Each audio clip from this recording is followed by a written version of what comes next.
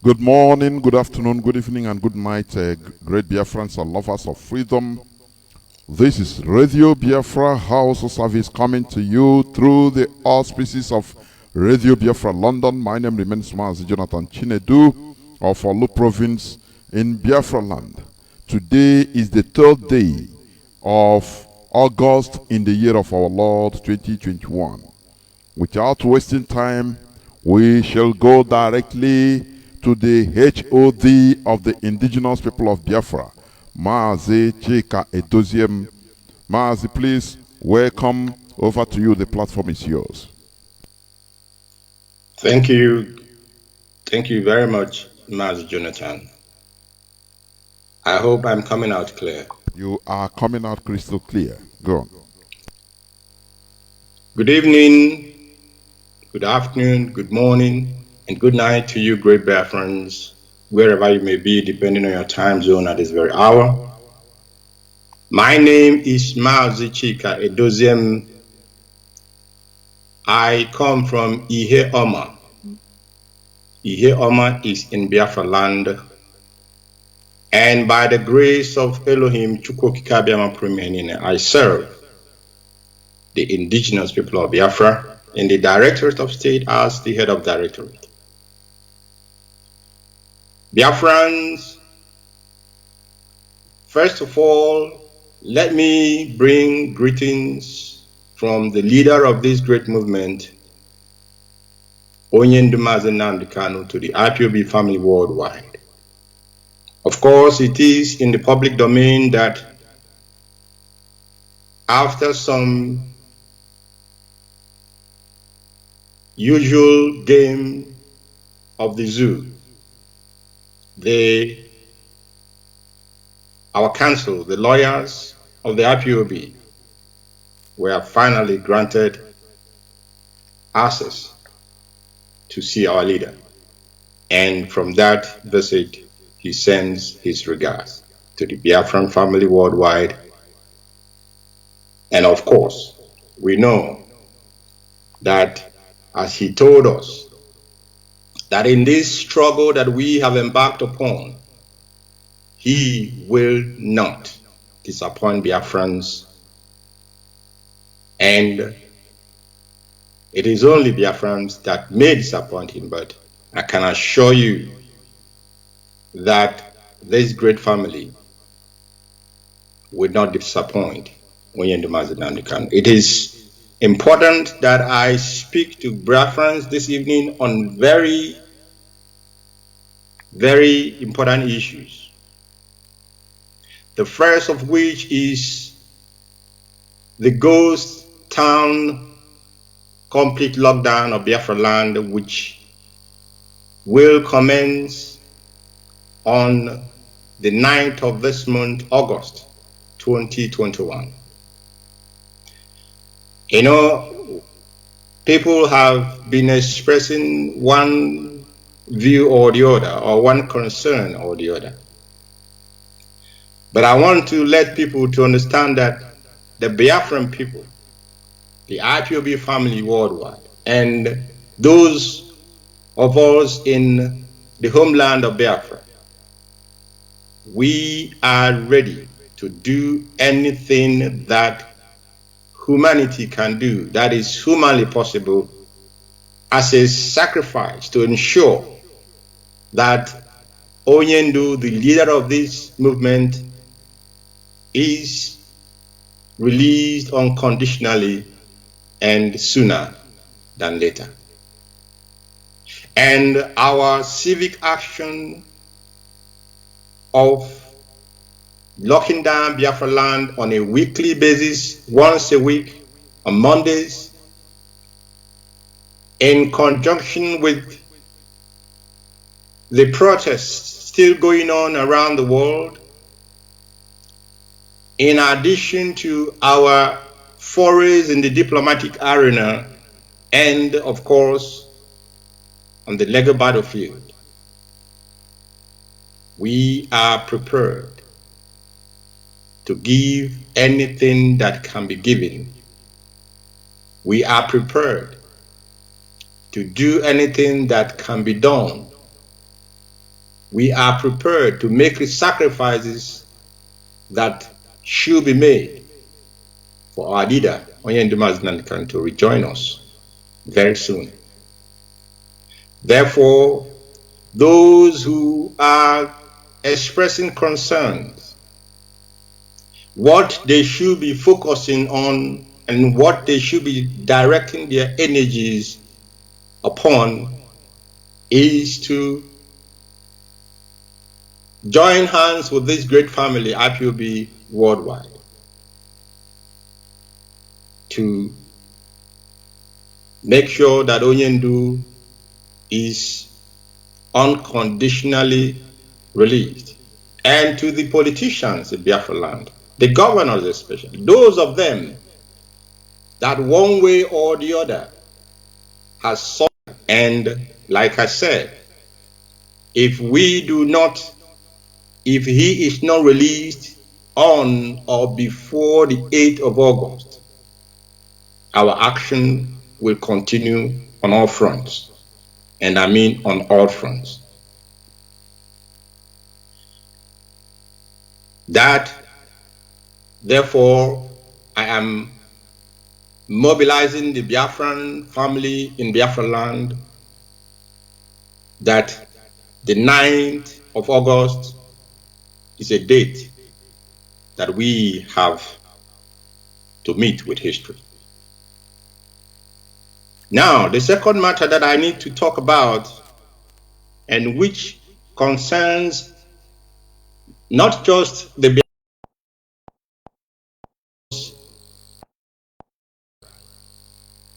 a coordinator, you do not take instructions from the finance department. A coordinator, you do not take instructions from the media department. A coordinator, you do not take instructions from the legal department and all the other departments that we may have. And we have seen with our time that some principal servants tend to go beyond their area of authority and jurisdiction and begin to give instructions to coordinators which they do not have that mandate to do. I'm hoping that tonight will be the last time I will talk or speak on this issue. If you are in any doubt, go and take up your code of conduct and study it again. Study it again and make sure it stays. That will help you to work efficiently and effectively. That will help you to avoid distractions. That will help you to focus on the area that you are supposed to focus. I will not finish this very number 2 topic without mentioning that our brother, Mazi Kingsley Kanu, is a Biafran. And of course, he has, as a Biafran, as IPOB family member, he has to make his views known. But Mazi Kingsley Kanu does not have the authority to issue instructions to IPOB principal servants. You, who is a principal servant that is taking instructions from outside of the structure, you have yourself to blame. You will have yourself to blame if after tonight that rubbish continues again. Mazi Kingsley Kanu is an IPOB member. Of course, many of us know that he is a blood relation to Onyendu. It does not give him any power to issue instructions to IPOB principal servants and to the IPOB family worldwide. And I hope he will advise himself properly.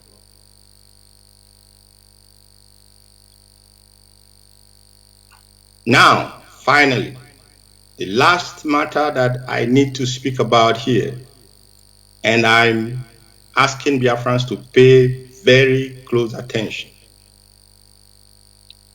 IPOB Worldwide Family, we had an account opened in the United States of America by the leader of this movement, and we gave it the name ESN account.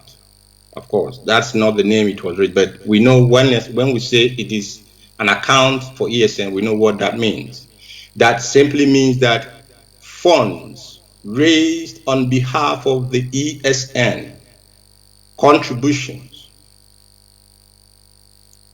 on behalf of the ESN goes into that account. Of course, we also have another account here in Italy that was also meant for Europeans to be pulling their ESM funds together. But this does not in any way detract from the fact that we have a worldwide ESN account. And when this account was shut down as a result of what has transpired, a new account has been opened. And that new account will serve the same purpose as the one that was closed. Meaning, this new account will be an account for ESN contributions, ESN fundraisings all over the world. If you raise funds in the name of ESN, Eastern Security Network,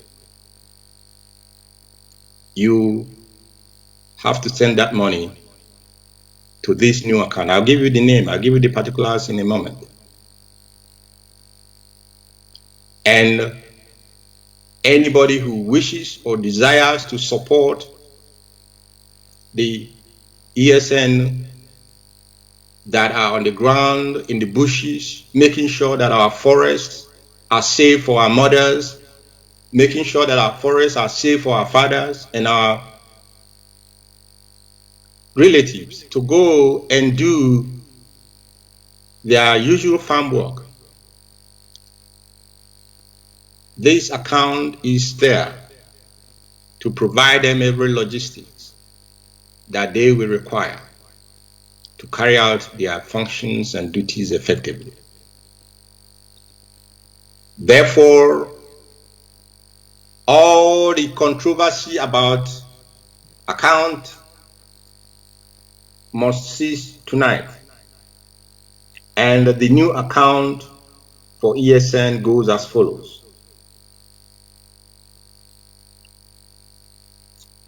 I'm going to rush through this, but the information regarding this account is already in the possession of every continental rep, and all our continental rep must ensure that this account is also made available to where we have regional reps. This account must be made available to them, and the regional reps in turn, and of course continental reps where we don't have regions, will ensure that these accounts are made available to their national coordinators, and the national coordinators will disseminate this account down to the family, to the last man, to the last unit.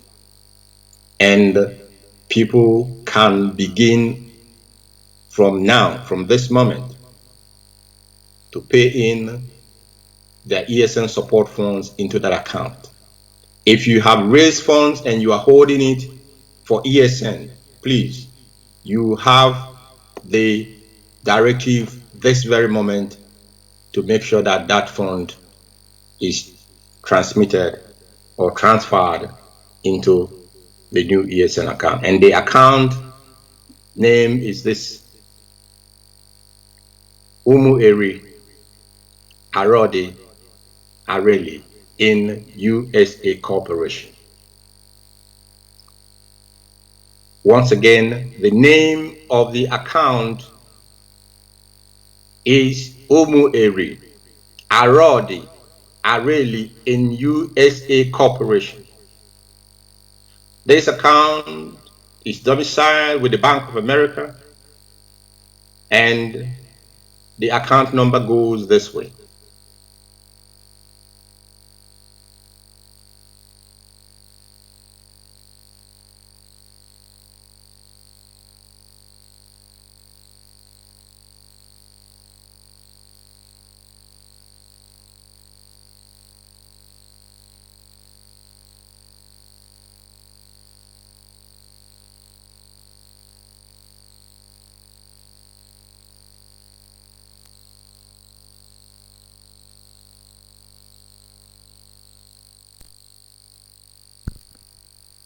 Mazi, you're on mute.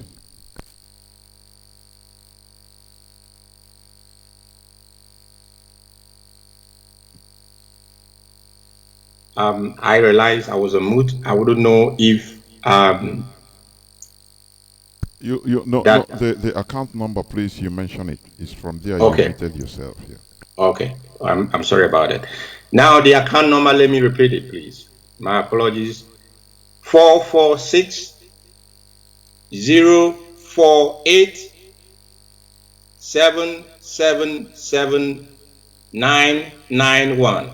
Again, 446-048-777-991.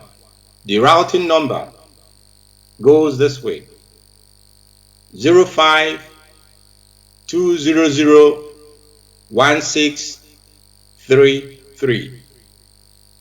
05-200-1633. This is the routing number. And you can pay as well or make your contributions through Zelle, and the Zelle email address is umuchuku567@gmail.com. You can as well make your contributions by Zelle, and the Zelle email address is umuchuku567@gmail.com. Additionally, people can make their contributions if they go to ipobinUSA.org website. That is our official website in USA. If you go there, you will see the donation buttons and you can make your donation. And for those outside of USA, there will be a need for SWIFT code when you are transferring funds from outside the United States into the United States. There will be a SWIFT code, and that SWIFT code is as well also available. So all this information that I have set out this very moment, they contain in the information or the notice that your coordinators will make available to Biafrans worldwide. And I do not hope that we will be talking about issue of ESN fund going forward, because for me, that is quite unnecessary. I am to some extent disappointed that people have been regurgitating this matter on and on and on and again, and creating the impression that we are focused on ESN fund when our leader is languishing in the hands of the enemy. That actually must not be the case, and that is not the case. Therefore, anyone, I repeat, who begins or comes after tonight to talk about whether this account is authentic or not, then ask that person what his or her interest is. Everyone must focus on the duties assigned to them. Be on your goalpost and carry out your functions, and leave the rest for those who has that mandate to carry them out. This information I am giving this night is a directive as if, mind my word, as if this directive is coming from Onyendu. That is the way every one of us must. If you're an IPOB family member, you're a principal officer, that is the way all of us must adhere to this very instruction tonight. Because going forward, there will be no excuses. There will be no excuses. And we must refocus our energy. We must recommit ourselves to our objective. Our objective has not changed. The long-term objective has not changed. It will not change until we have achieved that objective. Our short and immediate term objective at this moment is nothing else than that the leader of this great movement, Onyendu Mazi Kanu, is released unconditionally because he has committed no crime. Self-determination, or the call for self-determination, or the agitation for self-determination is not a crime. And to HOD, the call for referendum is not a crime. It is a right. I understand that the British government, they said they will not, they said, go against the will of the Scottish people if they decide to go for a second referendum. If they decide, they said. Now, millions of Biafrans are calling for a referendum, for us to make a decision on how we must govern ourselves, for us to make a decision in respect to our social, political, economic, and cultural way of life and values. And we are being massacred. A second genocide is ongoing in our land. I understand as well that the new in thing now is the unknown soldiers turning into unknown government. They want to create an unexisting confusion in our land. But we are there, we are waiting for them. The Biafran people are waiting for them. If they know what is good for them, they must release Onyendu.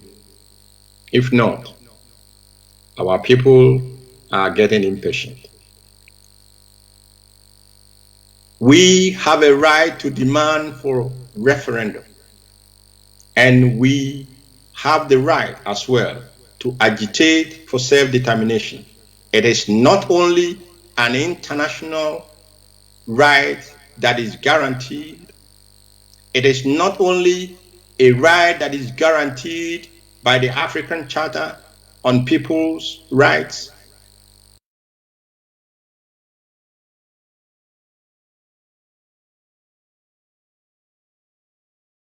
African Charter on People's Rights,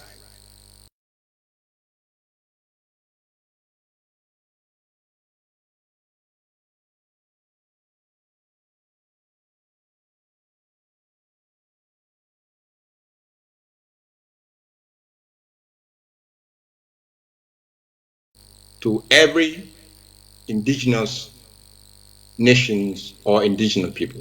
And the Biafran people, we are the indigenous people of Biafra, and we fall squarely under the protection of these laws and of these charters.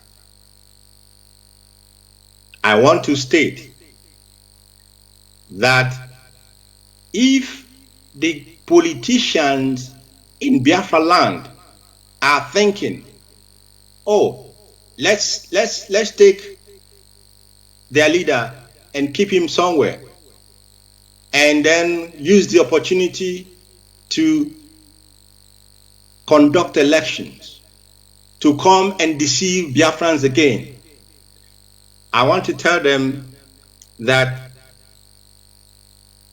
their trap, of course, has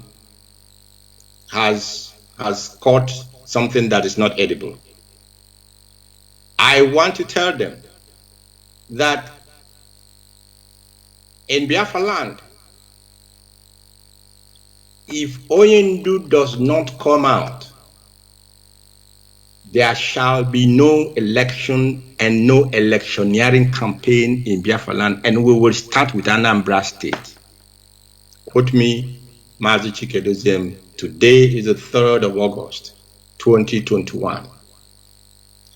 If the leader of the indigenous people of Biafra does not rejoin us sooner,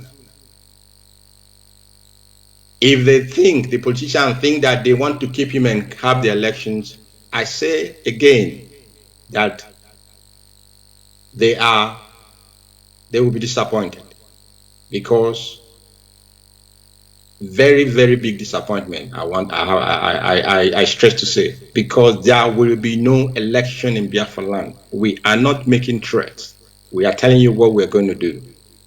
There will be no election, not in Anambra and not in any part of Biafra land. But I believe and I know that our leader will come out, and when he comes out, of course, he has the prerogative to make a decision going forward. But before he comes, but barring that, there will be no election in Biafra land.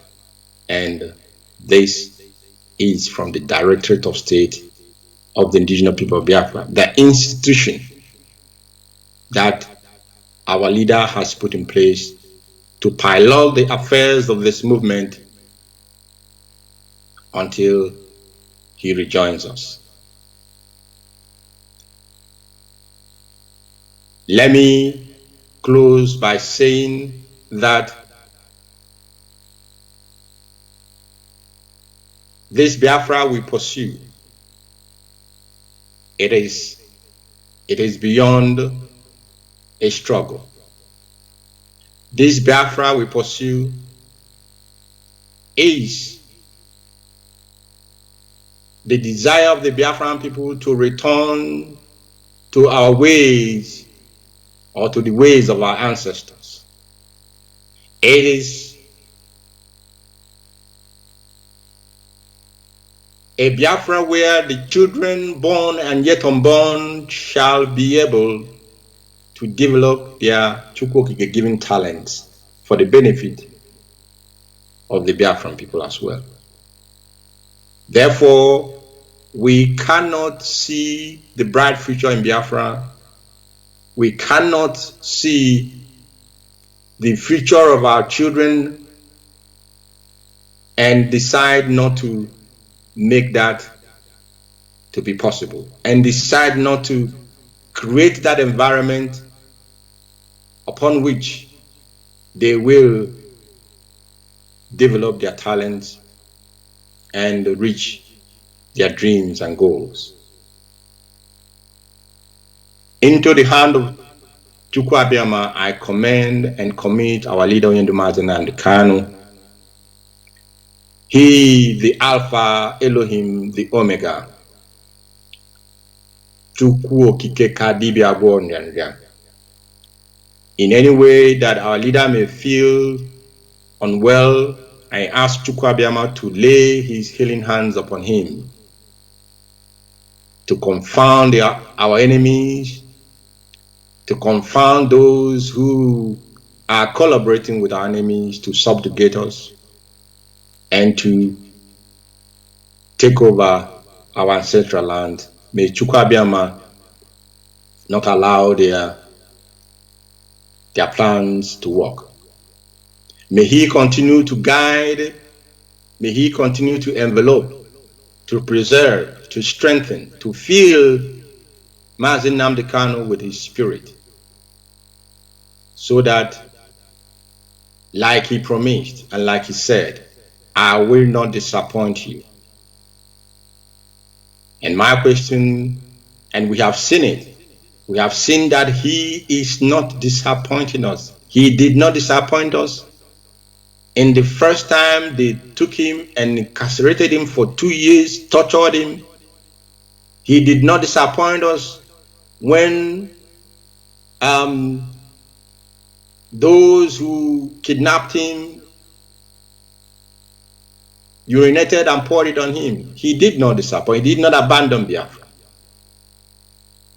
Are we, the Biafran people, that's the question now I'm asking all of you. Are you going to disappoint Onyendu Mazi Nnamdi Kanu? Mazi Chika Edoziem will not disappoint Onyendu. And I believe that all of us who came out without prodding on the 26th to even close your businesses, your source of income, your source of livelihood, you closed it. Nobody prodded you, nobody asked you. Those of you that carried out such noteworthy action will not disappoint Onyendu. And that is why I laugh when people say, you don't think about people who are at home. The people at home, they are even more committed than many of us in the diaspora, because they leave everything that brings them income, they leave it to ensure that their voices are heard, to ensure that their leader does not suffer untold hardship in the hands of the evil and wicked zoo government.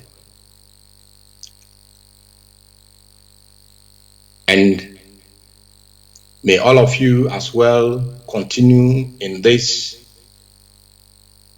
very struggle. All of you, I believe that after tonight, clarity must have been set, and any other person or any person who does not, or who is still not clear on the path to follow, probably has something not quite in order with that person, because this movement from day one has a structure, and that structure, we have maintained it up to this moment, and we will maintain it until our leader joins us. Thank you so much for listening this evening, and we will go back to continue our walks where we left it off. And may Chukwu Abịama bless the indigenous people of Biafra worldwide.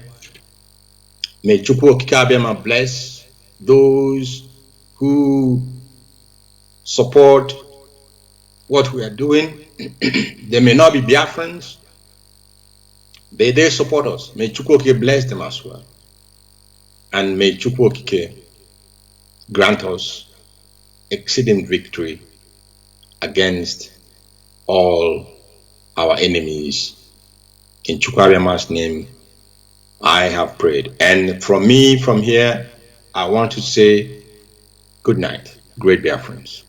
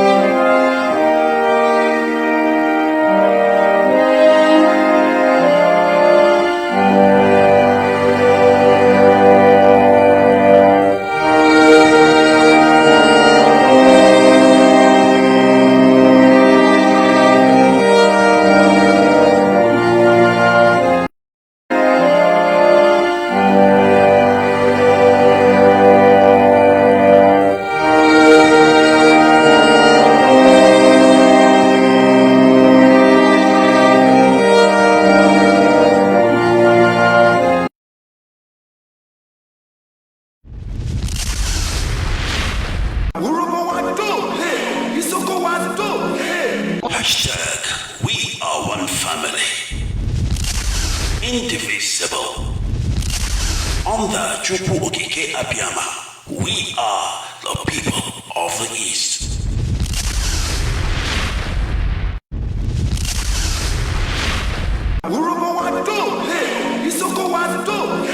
Hashtag, we are one family. Indivisible. Under Chukwu Okike Abiyama, we are the people of the East. The type of Biafra I want is the Biafra of my ancestors, the land of the free, where people are allowed to pursue their daily endeavors without interference from any higher authority, where individual and collective autonomy of every component, ethnic, nationality within Biafra will be guaranteed, not just by law, but by virtue of our existence as dignified human beings. A Biafra that will be demilitarized, a Biafra that will be forward-looking, innovative, creative, run on clean, green energy, not reliant on gas or petrol. A Biafra where the police will not bear any arms. A Biafra where people can live and die and you will not see an armed soldier anywhere around you. A genuine republic, a land belonging to the people. We are going to cement this in the way we structure our society. A Biafra that will attract inward investment. A Biafra that will consider every necessity of life as being a human right. Not just in words, but in deed. A Biafra where there will be no strife nor rancor. A Biafra where all men and women will be equal, regardless of their religion, their sex, their creed, their orientation. A Biafra that will maintain open borders to every black soul on the face of this very earth. I do admit that geographically, in terms of landmass, we may not be that huge. The Biafra will operate, or should I say, run an open door policy. Every black person on the face of this earth will be an honorary citizen of Biafra, as long as you're not tainted by terrorism. That is the type of Biafra we want to run. A Biafra where Europeans will sit back and say, we never knew that such innovation and creativity will be possible. A Biafra that, how should I say, the likes of Rwanda is a forerunner to, because today they are doing very well as well. That is the type of nation we are going to build. A truly democratic nation, not through the force of arms, but through dialogue and negotiations at all times. Nobody's going to lord it over anybody else. My ancestors never did. That is why we remain the only people not to conquer any other piece of territory, and nobody conquered us until the white man came and our temple fell in 1904. That is the land we're going to go back to. A Biafra of very many nations, a Biafra of autonomous nations within, governing themselves according to their own rules, where nobody will sit at the helm of power and dictate for others what to do. And we are going to accomplish it by the grace of God Almighty in heaven. Now, I know that constant references are being made to Southern Sudan. But I want to let people understand that even after the USA became free from British colonial rule, they also went through a very bitter civil war. And that did not stop them today from becoming preeminent in every sphere of human endeavor, militarily, economically, socially, in every way. So I do believe that is why I said, and I have said this repeatedly, I will never ever lead Biafra politically. Once Biafra is restored, my job is done. I want to be able to prove to our people what sacrifice means, so that those who will come after us will know how to treat our people with respect and with dignity. The thing about Africa is somebody gets into power and they want to stay there forever and ever, see if there is something in it. The little work that I'm doing for Biafran people is very tiring, very, very stressful. Sometimes I don't even know how these presidents manage to sleep. Maybe they don't love their people that much. If you love your people, you cannot sleep at night. Any president in Africa who's not suffering from high blood pressure, you are not sick. That means you're doing something wrong. You're not doing what you're supposed to do. If you're concerned about your people, then I expect you to be very ill at all times. So that is the type of Biafra that we need. That's the type of Biafra we're going to have. A type of Biafra where the wealth, well-being of Sub-Saharan Africa flows from. And I can assure you we are going to deliver it. We will deliver it. The Pan-Africanism that we talk about is going to start from Biafra because, mind you, I did not say that we're just going to have Biafra and then we shut up all the borders. No. What we want to do is to return to our organic political cultural arrangement. Should Biafrans wake up the next day to say, oh, we want to be the same country with Oduduwa, all well and good. Should Biafrans wake up and say, oh, we want to expand into Amazonia, all well and good. As long as you take the consent of the people with you, this nonsense that the Europeans did in Africa, we want to reverse it. That God Almighty heaven may look down and be very proud to say that at last, I have people who are after my heart. And that's what we intend to do with Biafra. Thank you very much.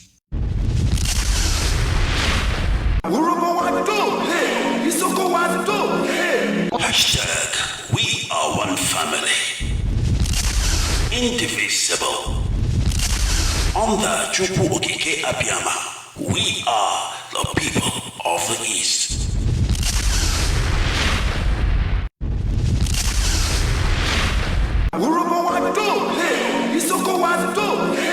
Hashtag, we are one family.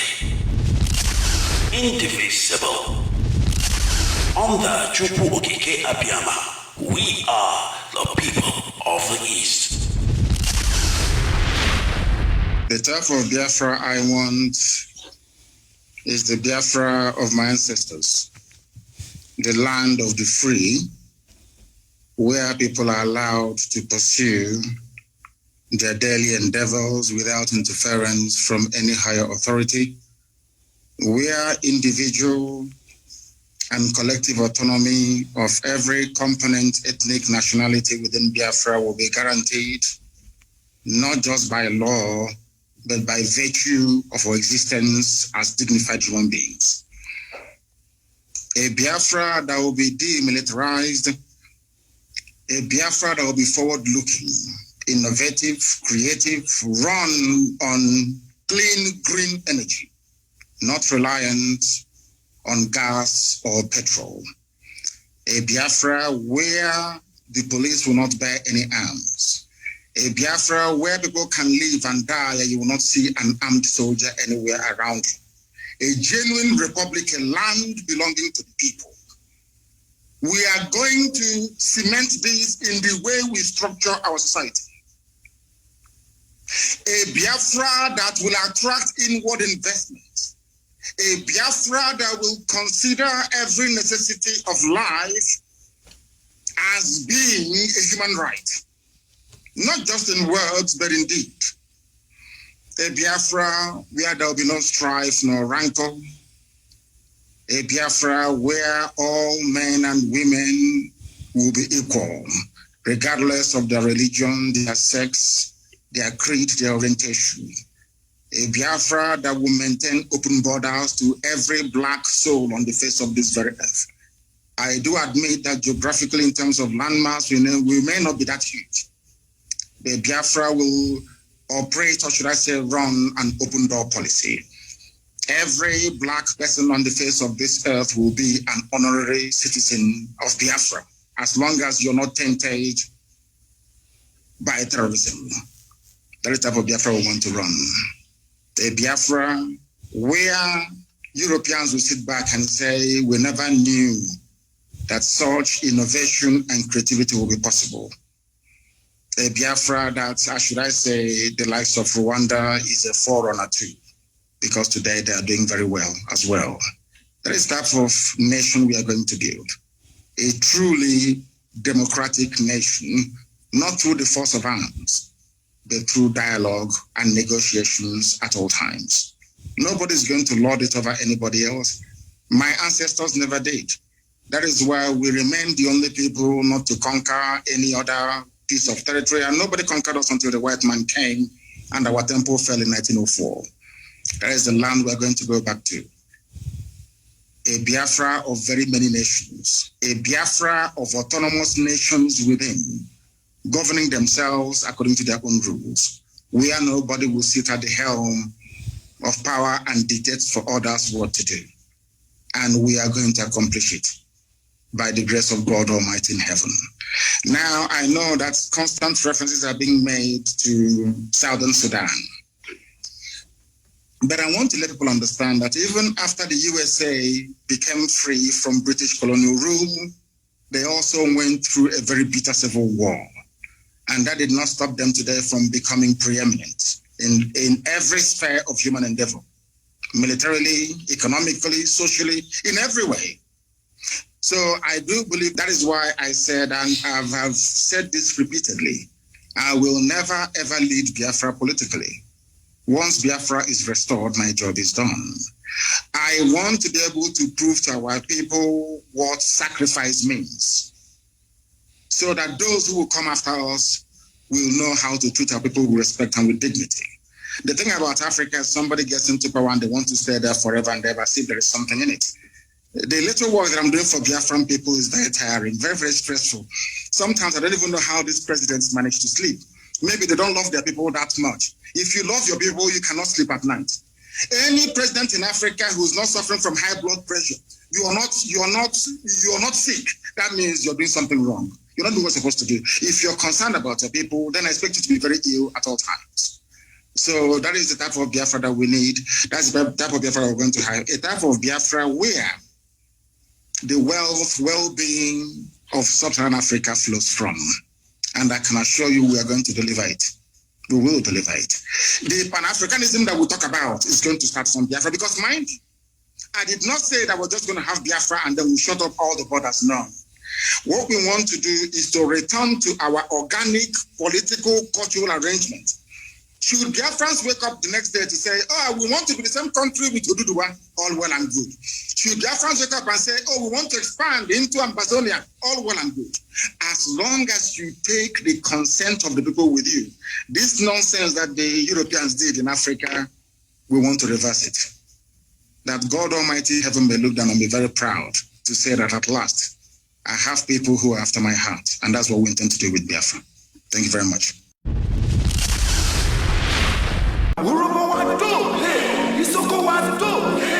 Hashtag, we are one family. Indivisible. Under Aug2021 Abiyama, we are the people of the East.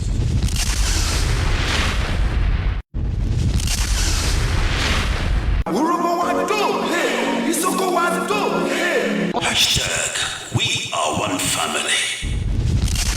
Indivisible.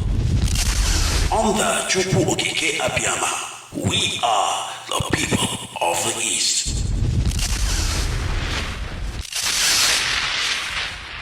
This is Radio Biafra Middle East. We are on breakfast, and Biafra is rising.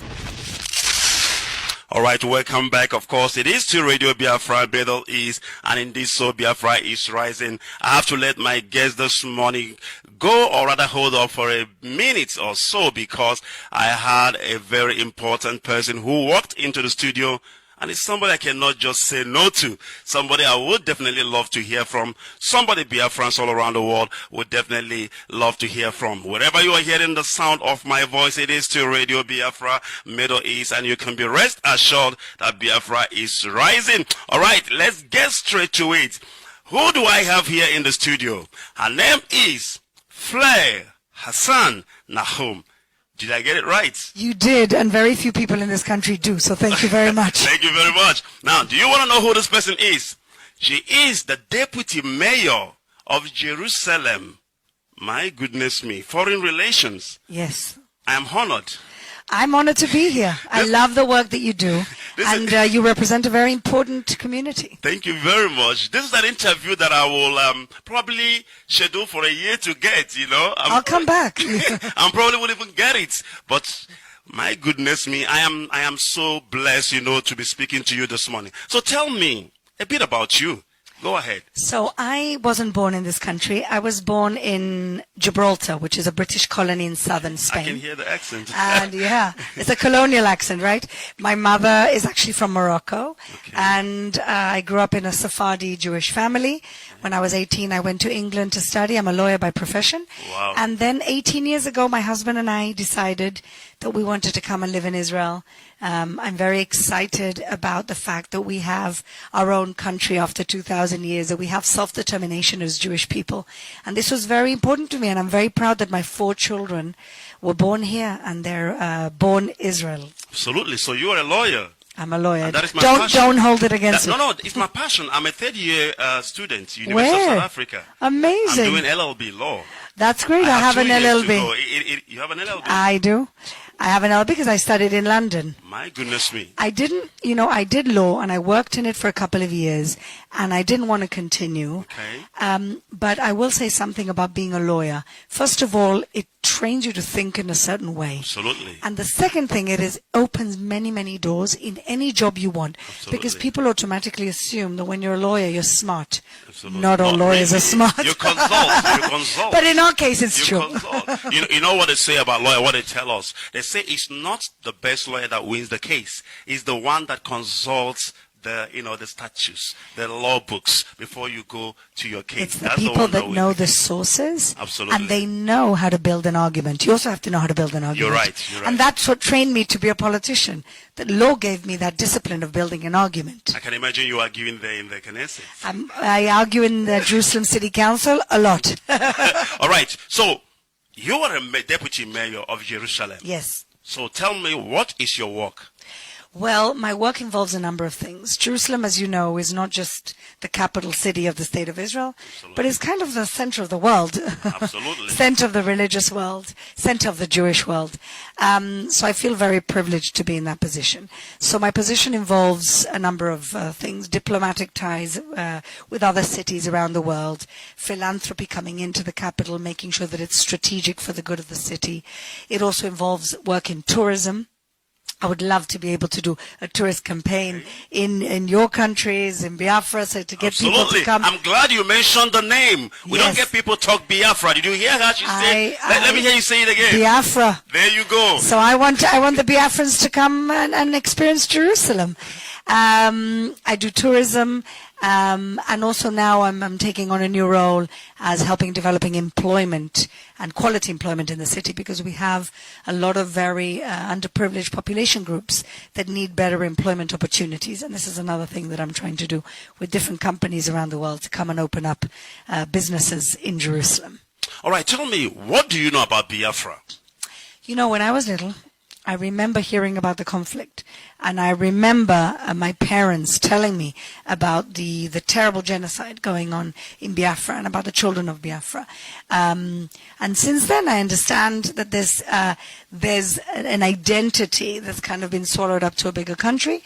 And I'm very aware of the Igbo tribes, because I have a friend who's very involved in that work, trying to bring together all the different communities around the world that consider themselves to have Israelite heritage, and how we can embrace these communities from around the world. So I'm actually very involved in trying to help in this mission. Absolutely. And this is what we are looking for, and this is what we are talking about. If you are joining us right now anywhere around the world, I am here in the studio with the Deputy Mayor of Jerusalem, and of course her name is Fleur Hassan Nahom. She is my guest, and should I call it an August guest or something, because we never scheduled this, it just happened. She honors us, and we are so privileged to have her in the studio. In Hebrew we say min hashamayim, from the heavens. From the heavens, and I can agree, I can attest to that. You know something, I'm here in Israel, I feel at home.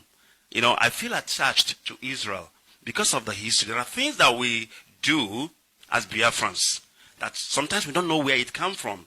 But when I came to Israel, I began to see, wow, so this is where all this came from. We circumcise at 8 days, just the same way they do here in Israel. Everything is just the same. So we feel so attached, and this is why we say, where is the first place for us to go and ask for help? Israel comes to mind, because this is the people we feel that we have gone through the same thing. The Prime Minister Netanyahu, when he was giving a speech on the Holocaust last year, he is the first Prime Minister or world leader that have mentioned Biafra as the same people who have suffered the same fate with the Jewish nation. I mean, we were slaughtered more than almost 5 million. The figures might be somehow displaced, but we were slaughtered. 5 million men, women, and children, and the same fate with the Jewish nation. Now, I say to myself, there cannot be just only one Jewish nation in the world. There has to be an ally. And Biafra is that ally that Israel is looking for. I think you're more than allies. I think we're family. Absolutely. And the fact that you feel at home in Israel is very important for us. First of all, to be seen by the world as a nation that embraces different people and different people who've had similar narratives and similar experiences. And I think that with the lessons that we learned from our own genocide, we have a responsibility to embrace other peoples around the world and share the experiences and share also how to bring the collective memory of a people into the forefront of their narrative. And that's a very, very important thing. All right. I need you to tell me this. Now, I could be wrong, but you tell me if I'm wrong. Now, for me, my concept of Biafra is this. When I think Biafra, I think security of life, property, and the people. Because when people has gone through genocide, you're not interested in the resources. You're not interested in all the natural resources you have. What you are interested in is life. You said never again. That is my concept of Biafra. But people misunderstand the fact that what we are fighting for is not about the resources. We know the oil that Nigeria has is in our nation, in our land. But it's not our priority. We just want to live. Because as I'm talking to you right now, Biafrans are being slaughtered every day. Our land is being invaded.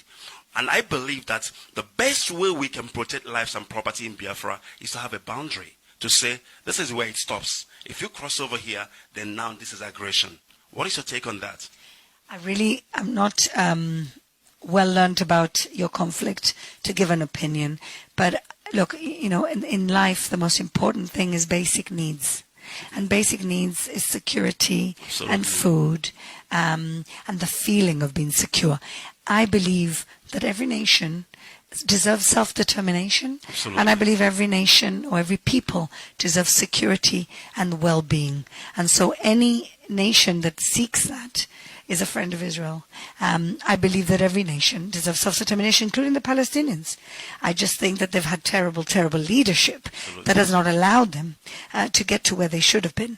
But I believe, as a person who comes from Gibraltar, where we fought many years for self-determination, my father was the leader of Gibraltar, he was the chief minister of Gibraltar, and he fought for the most important thing. They decided they wanted to be British, but they decided what they wanted to be. And that's important. The Jewish people deserve self-determination, and every nation deserves self-determination. Awesome. Let me digress a bit. Gibraltar, you said. Yeah. I've heard about the Rock of Gibraltar. That's What it. is that? It's a rock. It's a huge rock. You're driving down from Spain and you look and all of a sudden you see a big rock jutting out of the water. I was hearing it from childhood. I'm like, the Rock of Gibraltar. You have to come and visit. It's Absolutely. what separates Europe from Africa. Yeah, the Straits of Gibraltar. All right. Have you heard about Mazi Chika, the leader of the indigenous people of Biafra? I've heard about him, yes. I don't know a lot about him, but I have heard the name. All right. He is a man that has seen it all. Now, I can tell you this with all certainty, with all sincerity. The reason why we are following that man, he is incorruptible. Because, in this world, it's difficult to find a man that you can trust. It's all about trust. You told me about bad leaders. Yeah. That is why probably Palestine is where they are today. Yeah. Because if they have people who have the interest of the people, who can negotiate for the people. If they would have had a Nelson Mandela, they wouldn't be where they are right now. Absolutely. Because Nelson Mandela just cut a deal for the people. He wasn't after his own benefit. Absolutely. He wasn't after his own lining his pocket. And I think that's the most important thing.